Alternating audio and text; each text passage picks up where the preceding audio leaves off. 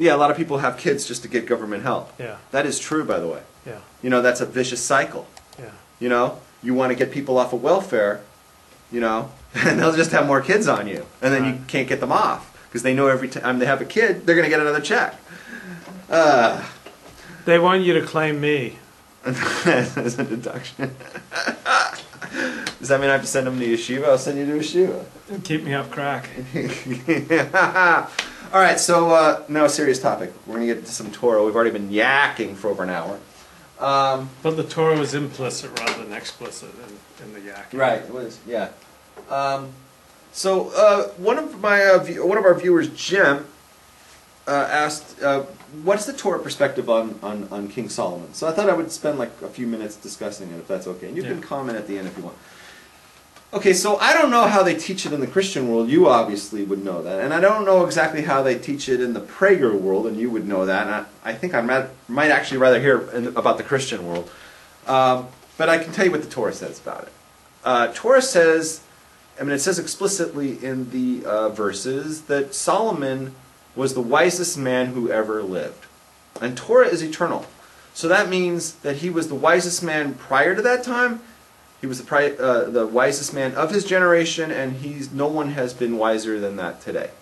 Solomon is the wisest, smartest guy that ever was on the planet. Later, it says that that Solomon, in his later days, you know, near the end of the story of him, it says he bowed down to idols. Does anyone have a problem that they see a contradiction there? Like, how could it, if he bowed down to idols, how the fuck wise could he be? So I'm going to explain what's going on here according to the Torah. First thing you need to know is that you cannot read any part of written Torah without the oral Torah with it. It's like trying to enjoy a taco without the beans and without the cheese and without the guacamole and without the rice. All you have is a tortilla. Okay, and it's no good. You're not eating a taco if you only have a tortilla. That's called a tortilla, not a taco. The Torah is both written and oral. And if you only have one, well, if you only have the written, you're looking at a skeleton of a body. The rest of the body is not there. Okay? The Torah was never meant to be, the written Torah was never meant to be understood in a vacuum by itself. You need to have the oral wrapped around it. And the Belzer Rebbe once said that if you just learn prophets, the prophets or the Chumash, the 5 books of Moses, and you just learn this stuff without Rashi, without the commentaries, it's the fastest road to heresy. You're going to become an Apikoros. Because the scripture, the way it was written, makes the worst people seem like great people. We talked about this, like, with Balak and Bilam, and it makes the greatest people look like total evil people. And here you go. You've got King Solomon, the wisest person of all time, bowing down to idols, right? If we saw somebody today bowing down to an idol, we would conclude that's probably not the smartest person that's ever lived. That's no rocket scientist there. So if other people can figure out that sticks and stones are empty, there's no reason to believe that they have powers, then why would Solomon do that and then he's still considered the wisest? I'd never bow down to sticks and stones. I'm wiser than Solomon, right? Wrong. Need to understand what's going on.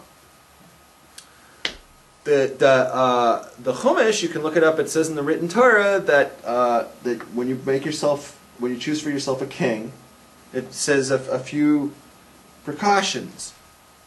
He shouldn't increase in horses, lest he force you all back into Egypt. You familiar with that? You shouldn't he should not take for himself too many wives, lest they stir his heart. Yeah. Stir his heart? Mm-hmm. There's another one too, and I can't remember what the hell it was. Do you remember what the other one was? Not too many blowjobs. Not too many blowjobs. Because it'll take his mind off studying Torah. Who the hell can, think about Torah, Right. Okay. So I think those were the three admonitions that they, things that you shouldn't do. David, his father, didn't increase in horses. Was very humble, didn't increase in horses, didn't take a lot of wives, right? And that's the way it was. Now Solomon kind of we'll explain to you what was his thinking. Here was his thinking. He was very wise. Solomon saw something very unique. Solomon saw that he was the son of David, of David Amalek. And we know that the Mashiach, the Messiah, is going to be, it's like Mashiach ben David, right? You know what I mean? Okay. So he knew that there's a chance he could be the Messiah because he's the son of David. Okay? It says that in the times of the Messiah, there will be no wars and everyone will be at peace. And if you look at the scripture, there are no wars in the time of Solomon. I think he's the only king that's ever ruled the Jewish people since we've had kings, that there was no wars during his time. It was total peace and love and understanding. And he's starting to say, that's interesting. There's no wars during my time, right? If you start, with the people who were the leaders of the Jewish people, starting from the beginning, right, with Abraham, Isaac, Jacob, you can go all the way down, Moses, Joshua, and you keep going, Saul, David. He's number 15.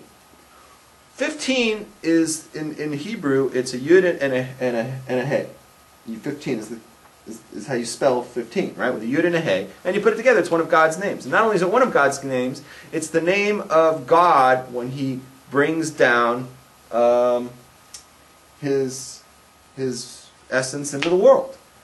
And he's thinking, okay, this is the times of the Messiah, because I'm the 15th, right? I'm the 15th leader of the Jewish people.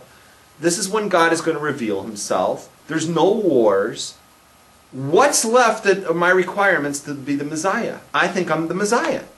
So we said, okay, one of the things the Messiah is going to do is he's going to build the base of Mikdash. He's going to build the holy temple. So Solomon said, let's build a holy temple. And the temple was built, the first base of Mikdash was built during the times of Solomon. That's why it's called, the base Shlomo. It's the house that Shlomo built.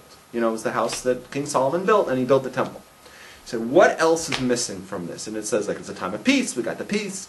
It's a time when there's revelation in the world. He said, okay, that's going to happen because, you got this really wise person. You got really me. I'm the smart king. I'm the smart guy. What else? And it's like, okay, he's going to bring in people from all over the place. Everybody has to live in Eretz Yisrael. And all the Jews were living there already. So what's missing? What's the missing piece here? And he was like, you got to bring people in from other countries and bring them and make them part, share this knowledge with them. So he started inviting representatives from every country on the planet. You know about this? You're asleep? No, I'm here. Okay.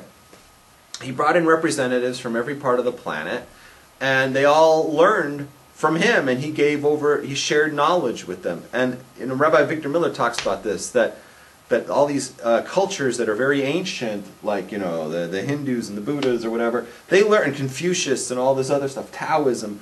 It's because they sent representatives to Solomon, and Solomon taught them things. So a lot of this stuff, like Confucius say XYZ, it's because Solomon said XYZ, and they're just really quoting him. What else is going on? So that's the story with that. So he said, okay, now there's one more thing I could do here. I could unify people from all over the globe, because I will marry a different woman from each one of these nations that are on the planet. And there was 700 different countries at the time on the world. So he sent out a message to each country, and he said, if there's any women in your country who would like to become a Jew, you should go and actively get a conversion, do the conversion process, and after they become Jewish, I'd be interested in marrying you.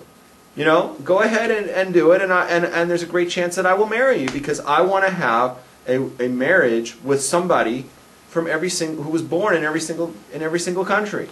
you know, and he got, you know, all these volunteers and all these